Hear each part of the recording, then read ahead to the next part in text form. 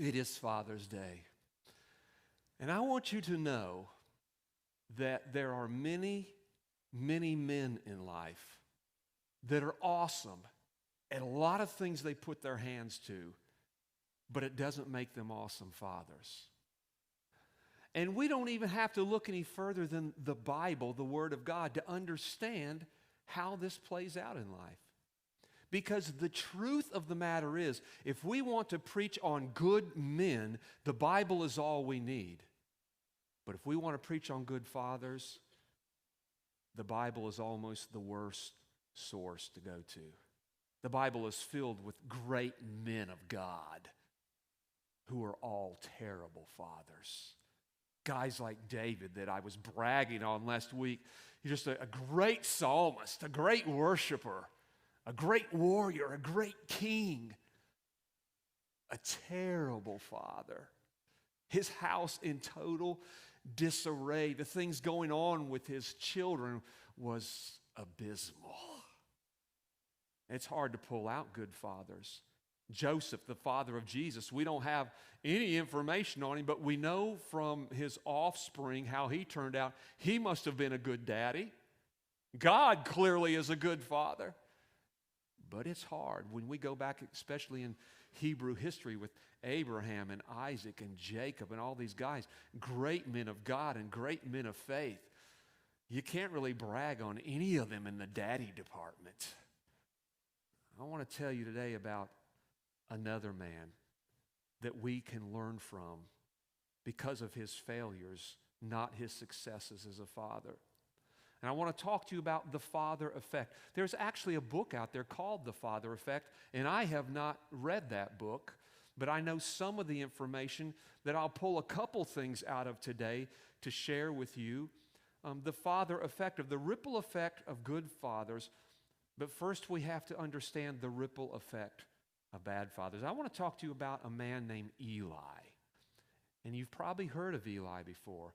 Very short name, E-L-Y, and he shows up in a story that you hear a lot here because we have a lot of baby dedications here.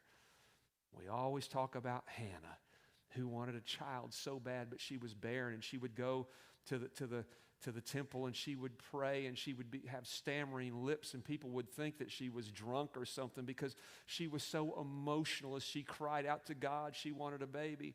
Well, the high priest that was serving in that temple was a man named Eli.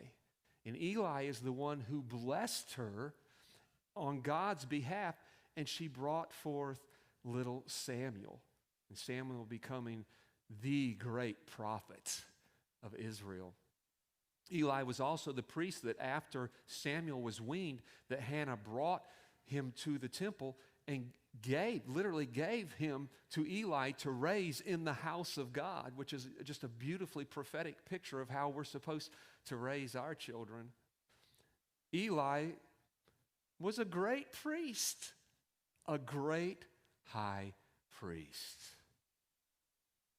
but he was a terrible father. I want to show you just a couple verses here of his children after they were raised, his two sons, Phineas and Fern. Actually, believe it or not, their names were Phineas and Hophie. Sounds like a cartoon, doesn't it? And if you've ever, how many have ever watched Phineas and Fern? Ferb. Fern is a plant. Those two guys were probably better than these two guys. I want to show you just a couple verses here. Look at this in 1 Samuel chapter 2, verse 12. This is after the fact, after they're raised. And Eli's sons were wicked men, and they had no regard for the Lord. Throw that other passage up there and let's get a little detail on some of the things they were doing. Now, Eli, who was very old, heard about everything his sons were doing to all Israel and how they slept with the women who served at the entrance to the tent of meeting. So he said to them, "Why do you do such things? I hear from all the people about these wicked deeds of yours." No, my sons, it is not a good report that I hear spreading among the Lord's people. These two boys are raised now. They are serving in their father's footsteps. The Bible never actually details what their job description was outside that they were part of the ministry of the priesthood. And they were in a high official role where they had a lot of power. And we can read clearly into what is going on to their lives and how Eli is addressing their lives. We can see through that filter what was going on as Eli was raising these two boys. Because it is clear that while he was present in their lives, he was not involved in their lives. The picture we see here with everything they're doing, they were taking sacred meats that were supposed to be used for sacrifice, choice meats. You know how that worked with Israel, the choicest of sacrifices. And so they were taking those choice meats and they were taking them home and they were feasting on them themselves, which was blasphemous. And they were using their power to prey upon the women who were working there in the church also. When Eli finds out what's going on, he simply comes to them with his words and he says, bad boys, bad, bad, bad. The thing is Eli, as the high priest, had the power to say, you boys do not deserve to be in this capacity anymore. You're fired. He had the power. But we see what Eli did when they were older is clearly what Eli was doing when they were younger. When they were into mischief, when they were doing things that clearly was wrong, where they needed to be corrected, they needed to be held accountable for their actions. There needed to be a response to what they were doing, a physical response at times.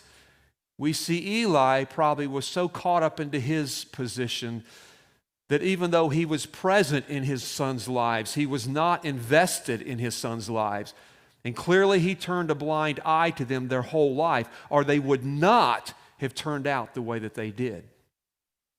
Now here's the ripple effect of the father effect when it's a bad father effect. If we continue to read this story about Phineas and Ferb, then we see that Israel is now going to war against the Philistines. It's their arch nemesis. And they are going into battle, and they have their ace up their sleeve.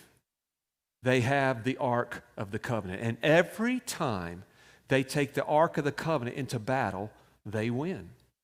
And here they are facing the Philistines in a great, great battle. And marching onto the battlefield is Phineas and Hophni, because they have high elevated positions where they are the ones literally ushering the Ark of the Covenant onto the battlefield. But just because of their sin that their father refused to correct in them their whole life, now there's going to be a ripple effect. And despite the Ark of the Covenant being ushered onto the battlefield, Israel begins to lose the battle. In fact, that day not only did 30,000 men die in Israel's army in that battle, but the Philistines took the Ark of the Covenant into their own possession.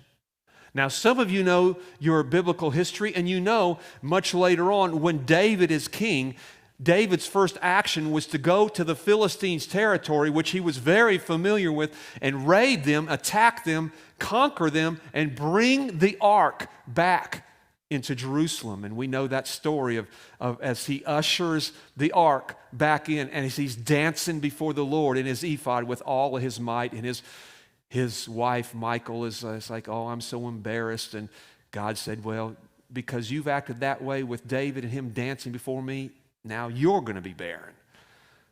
You all know all those stories. I just want you to see how they're all connecting together, being traced back to Phineas and Hophni and Eli, the father, and the negative father effect and how terrible that can ripple into the future of not just those children's lives, but even the world around them that they're touching.